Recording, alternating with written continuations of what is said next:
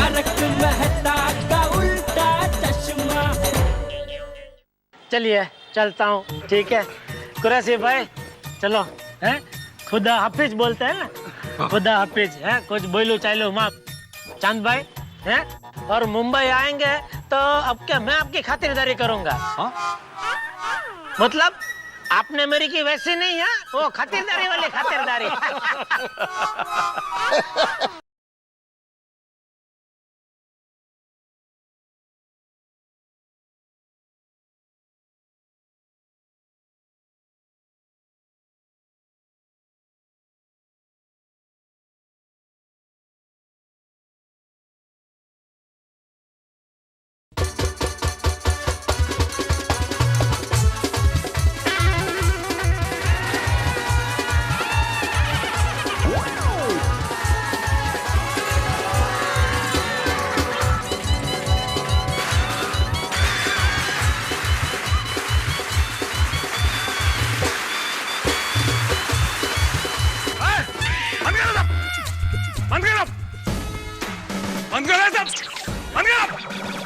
तुम लोगों को मालूम नहीं कि एयरपोर्ट पर पटाखे फोड़ना और शोर शराबा करना कानूनी अपराध है। हवलदार डालो सबको अंदर। एक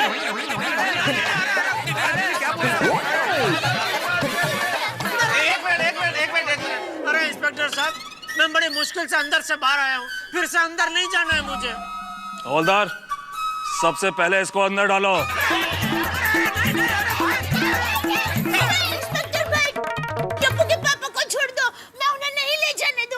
इंस्पेक्टर साहब, अगर गिरफ्तार करना है तो मुझे कीजिए, क्योंकि वाट मैंने जलाई थी पटाखे की। अरे ये पागल!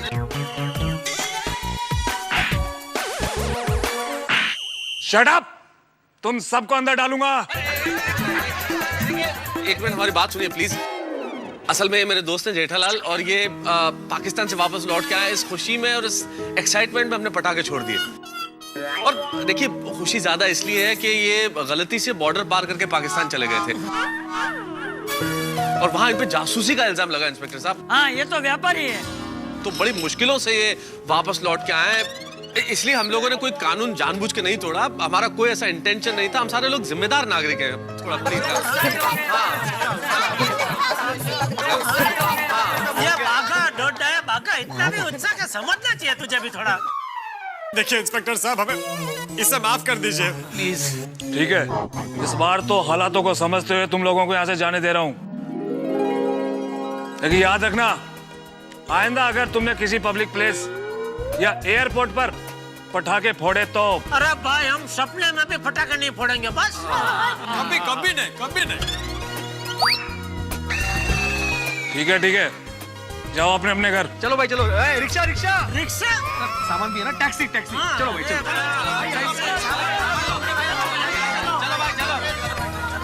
ये भगवान, क्या मुसीबत यार। इंस्पेक्टर और आगे। आइए मेहता साहब। जेठालाल तुम निकलो, मैं थोड़ा सा आता हूँ थोड़ी देर में। अरे आप कहाँ जा रहे हैं? अरे मुझे एक जरूरी काम है, मैं आता हूँ ना थोड़ी देर में। इस वक्त? हाँ, इसी वक्त। मेहता साहब, आपका ये परम मित्र इतनी बड़ी मुसीबत से बच के इतने दिनों के बाद आज वापस घर लौटा है, और आप उसे इस तरह छोड़ के जरूरी काम पे जा रहे हैं? कुछ बात हजम नहीं हुई। सच बताइए, कहाँ जा रहे हैं आप? तुम यकीन नहीं करोगे जेठालाल, लेकिन जब तुम पाकिस्तान में थे तो मैंने भी मन्नत मांगी थी। मैंने कहा था जैसे ही मेरा दोस्त हिंदुस्तान की धरती पे पहला कदम रखेगा, मैं सबसे पहले अम्बा माता के मंदिर जाऊंगा दर्शन करने के लिए, और पैदल जाऊंगा। इसीलिए जा रहा हूँ। साहब मान गए आपको। चलो तुम चलो, मैं आता हूँ थोड़ी देर में। जल्दी आना। जेठालाल आने में थोड़ी सी देर हो जाएगी, वो पैदल जाना है ना, इसलिए। हाँ, इसलिए तुम सो जाना, कल मिलते हैं। ठीक है, ओके।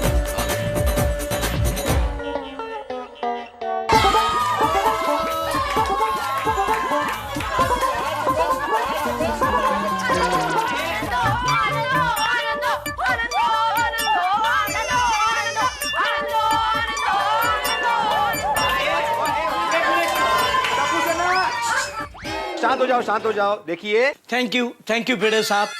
सुनिए, गड़ा इलेक्ट्रॉनिक्स के मालिक श्री जेठालाल चंपकलाल गड़ा कच्छ भुज के सफर का आनंद लेके ढेर सारी मुसीबतों का सामना करके आशापुरा माँ की कृपा से अपने परिवार के साथ गोकुलधाम सोसाइटी के घर में पधार चुके हैं। बापू जी हाँ आनंदो आनंदो भाई, आनंदो आनंदो। एक मिनट हाँ हाँ ठीक है, आनंद हो गया है सबको, तो जरा आराम से आनंद मनाओ। हाँ अब पिढ़ू, अब तू भी कमाल करता है, क्या आराम से नाचो। ओए अपना जेठा भरा वापस आया और जम के नाचो।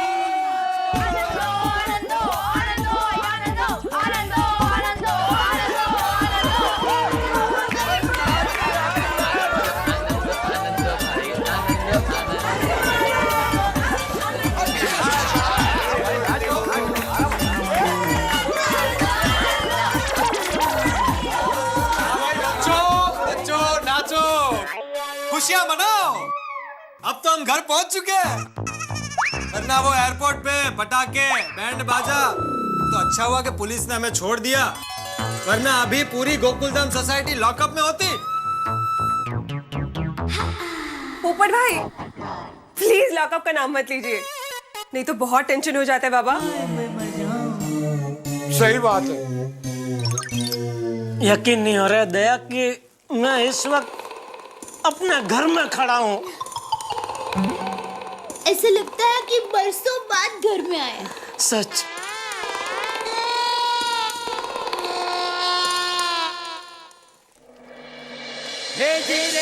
थैंक यू दादाजी, आपकी वजह से आज मैं पाकिस्तान की जेल में से सही सलामत घर पहुंचा हूँ। जेठिया, ये क्या कह रहा है तू? तेरे दादाजी की वजह से तू छूटा? कैसे? बापू जी उधर पाकिस्तान की जेल में मेरी स्पेशल इंक्वायरी करने के लिए लाहौर से एक करीम खान साहब आए थे और उन्होंने। कौन है ये मेरे बापू जी पिताजी है। झूठ, सफाई झूठ। ये जनाब जयंतीलाल जी हैं। नहीं नहीं, ये मेरे बापू जी चंपकलाल जी है। जयंतीलाल जी तो मेरे दादाजी का नाम है।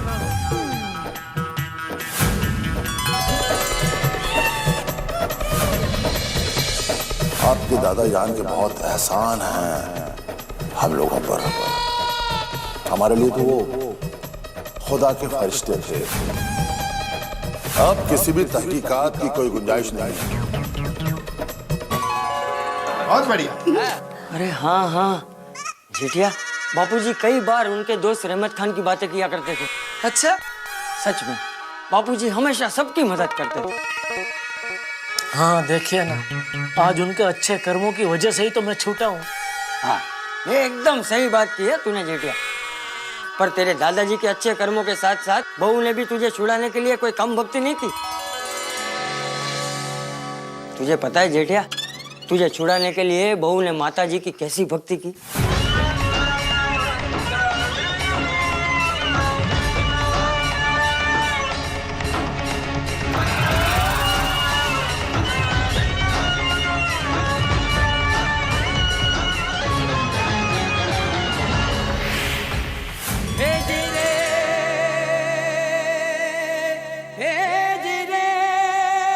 वाह दया, दया मैं कुछ मत कहिए। जेठालाल, पाकिस्तान जेल का अनुभव कैसा रहा ये बताओ। अरे भाई जेल की याद मत दिला अभी। नहीं ऐसा नहीं जेठालाल, कुछ तो बताओ। ऐसे बताने से समझ में नहीं आएगा। एक काम करो, मैं वो ऊंट का बंदोबस्त कर देता हूँ, तुम एक बार वो पाकिस्तान की जेल में जाके आओ। मुझ पे पोपट। एक मिनट, जेल की बात बंद करो, इस वक्त दुख की नहीं भूख की बात करो। सब भूखे होंगे, जेठा भाई, चाचा जी, दया भाभी, सोडी, टप्पू। क्यों, सही बात है कि नहीं? हाँ जेठा भरा, जब से तुम खो गए थे तब से दया भाभी ने मुश्किल से सिर्फ एक निवाला खाया था, वो भी टप्पू ने इतनी जिद की इसलिए। दया भाभी तो खाना पीना सब भूल गई थी। जैसे अर्जुन का लक्ष्य था मछली की आंख, ऐसी दया पापी का लक्ष्य था जेठाप्रा को पाकिस्तान से हिंदुस्तान। दया तू भी ना, अरे ऐसे भूखे रहने से थोड़ी मैं जल्दी वापस आ जाता। आपने वहाँ कुछ खाया था?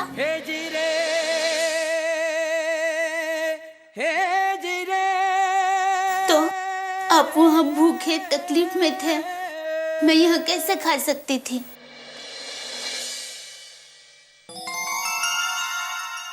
जेठा अंकल, गोकुलधाम में भी किसी ने कुछ नहीं खाया है।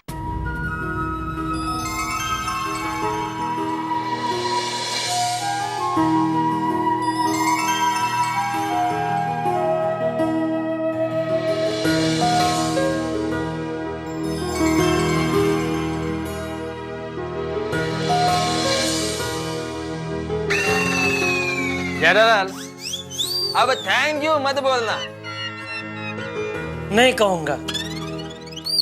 बाघा, मैं थैंक यू कहूँ? अरे भाई थैंक यू मत बोल। अभी के अभी सबके लिए बढ़िया में बढ़िया लजीज खाने का बंदोबस्त कर। जी। नहीं, रहने दीजिए बाघा भाई, मैं फटाफट सबके लिए बढ़िया खाना बना देती हूँ। नहीं दया भाभी, खाना बनाने की कोई जरूरत नहीं है। हारे हाँ डेविन, खाना तो कब का तैयार है बाबा, हमने सबके लिए खाना बनाया है। Komal, I am proud of you. Thank you. अरे वेलकम, जाओ सबके लिए खाना लेके आओ। ऑफ कोर्स, अभी लाती हूँ। अरे खाना आ रहा है दोस्तों।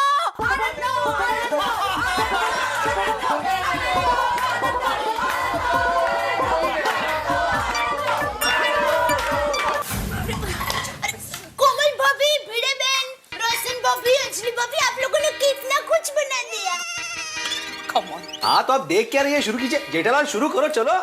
रुकिए जेठा जी, सबसे पहले आप अपनी फेवरेट डिश से बेटा जी, आप जलेबी फाफड़ा लेके आए मेरे लिए। नया देखा? Thank you mummy.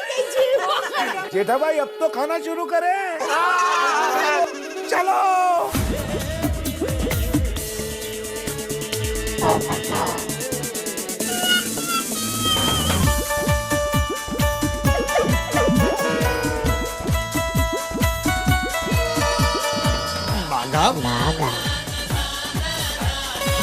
क्या हुआ, खाइए। अरे मैं कैसे खाऊं भाई, थोड़ा ऐसे बैठो आराम से। हाथ से। ऐसे बैठो। हाँ।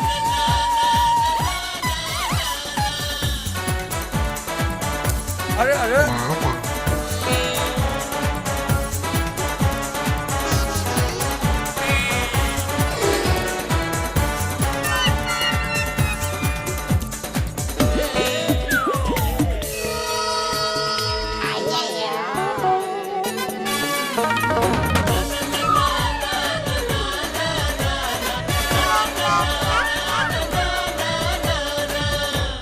चलो जेठालाल, चलते, तुम भी आराम करो अभी। हाँ चलो भाई।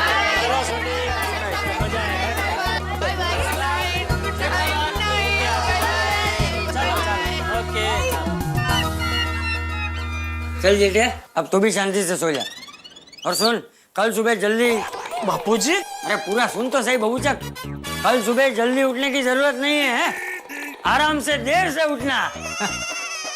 Thank you Bapuji. बाय पापा, good night, love you. Good night बेटा, गुड नाइट।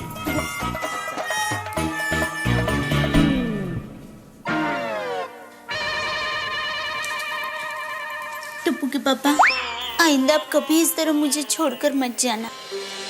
अरे पगली, मैं जानबूझकर थोड़ी तुझे छोड़ के गया था।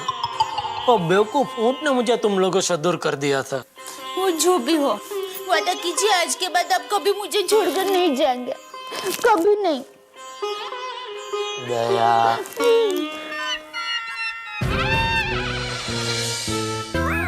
दादाजी देख रहे हैं?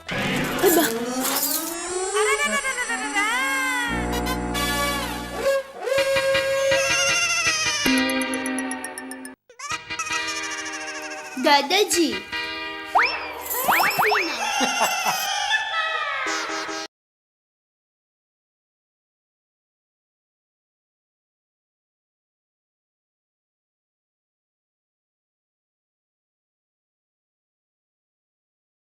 सिर्फ दादाजी के पुण्य और तेरी भक्ति की वजह से आज मैं सही सलामत घर वापस पहुंचा हूं।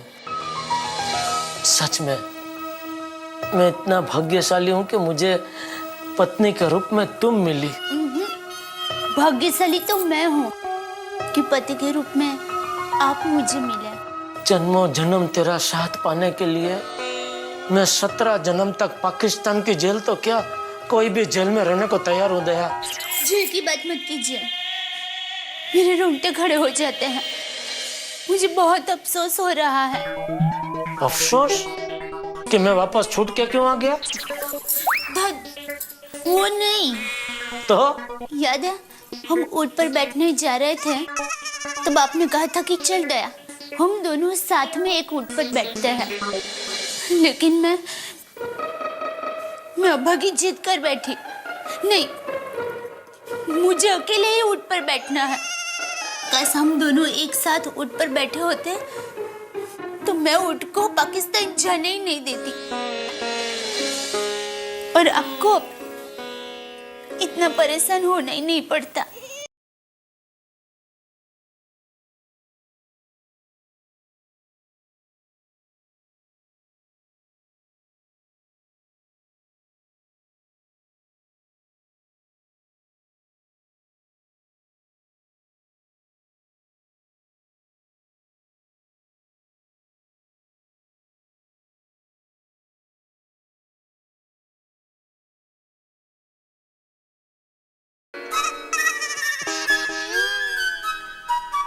दया, मेरी वजह से तू बहुत दुखी हुई नहीं?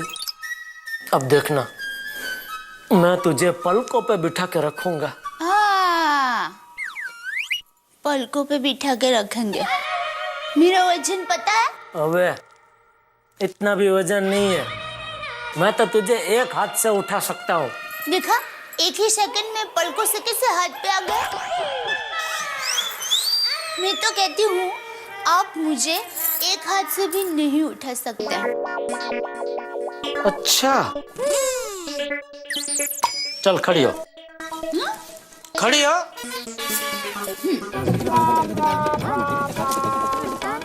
संभल क्या? संभल क्या?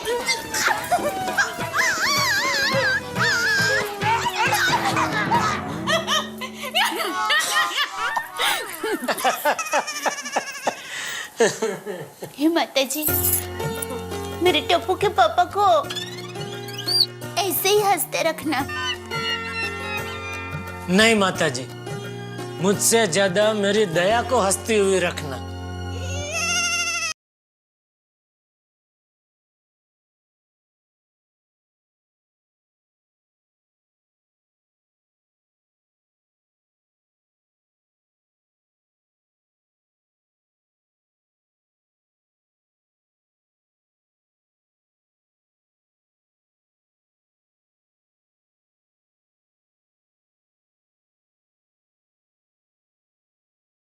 परम मित्र पाकिस्तान में भूखा रहकर, हवालात की हवा खाकर और बहुत सारे संघर्षों के बाद अंततः सही सलामत अपने देश वापस आ गया। हम सभी बेहद खुश हैं। इस सफर के दौरान आपने कच्छ रणोत्सव के शानदार नजारे देखे और ये सब संभव हो पाया गुजरात टूरिज्म, कच्छ रणोत्सव, BSF और उनके जवान, कच्छ की जनता, कच्छ की पुलिस प्रशासन और आशापुरा माता मंदिर के ट्रस्ट की सहायता से। तारक मेहता का उल्टा चश्मा की पूरी टीम इन सभी का आभार प्रदर्शित करना चाहती है। हम अंतःकरण से आभार मानते हैं।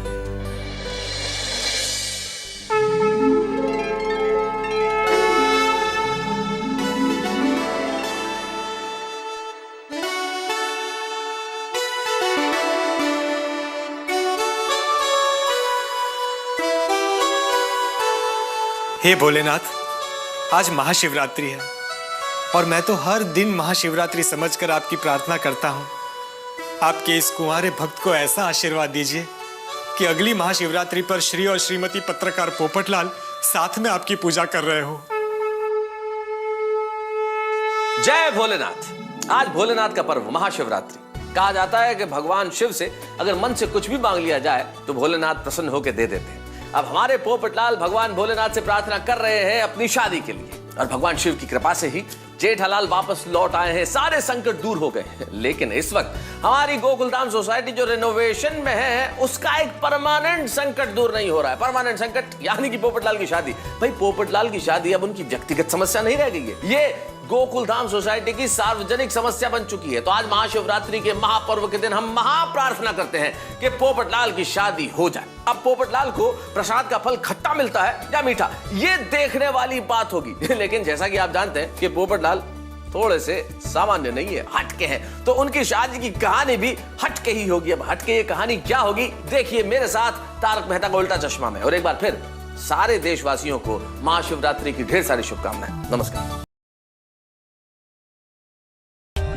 For more updates, subscribe to our channel, click the show links and enjoy watching the videos.